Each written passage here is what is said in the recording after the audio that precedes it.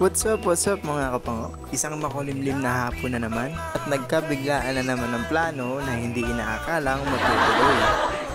At may nauto na naman tayo sa ating trip at naisama at naitakas natin ang ating mga katropa na sila AG Vlogs, Kapakners at Kuya Ryan Vlogs. Bigla ang plano kaya natuloy.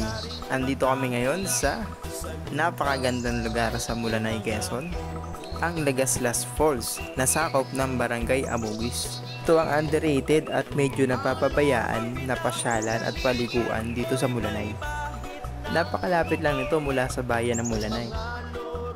Para makarating dito, mula sa poblasyon o sa bayan, pwede kayong sumakay ng tricycle o mag-arkila kayo ng habal-habal papunta sa Barangay Amugis. Aabutin lang kayo ng 5 hanggang sa 10 minutong biyahe at mararating nyo na yung drop off o yung babaan papunta sa mismong falls. At doon, maglalakad lang kayo ng 2 hanggang sa 3 minuto. Ganun lang siya kalapit. Kaya pabor na pabor ito sa matatanda, sa mga bata at mga tamad maglalakad. Sobrang may enjoy nyo ang falls na ito.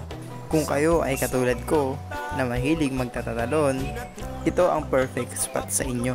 Dahil kahit hindi ganon kalawak ang paliguan sa falls na to, nakakabawi naman pagdating sa lalim. Kaya kahit magtatalon or magdadive ka dyan, ay walang magiging problema. Pero syempre, jump at your own risk. Dapat alam nyo pa rin yung limitasyon na kakayanin nyo. Habang hindi pa nagtatag-ulan, samantalahin nyo na yung pagkakataon para mabisita ang lugar na to.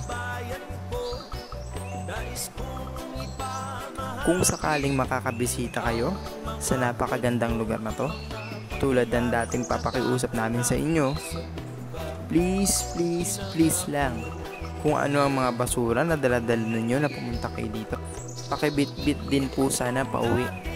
Iwasan sana natin ang mag-iiwan ng mga kalat ng mga basura, lalo na ang mga plastic sa tuwing bibisita tayo sa kahit anumang pasyalan, para hindi natin masira ang kagandahan at kalinisan ng kapaligiran.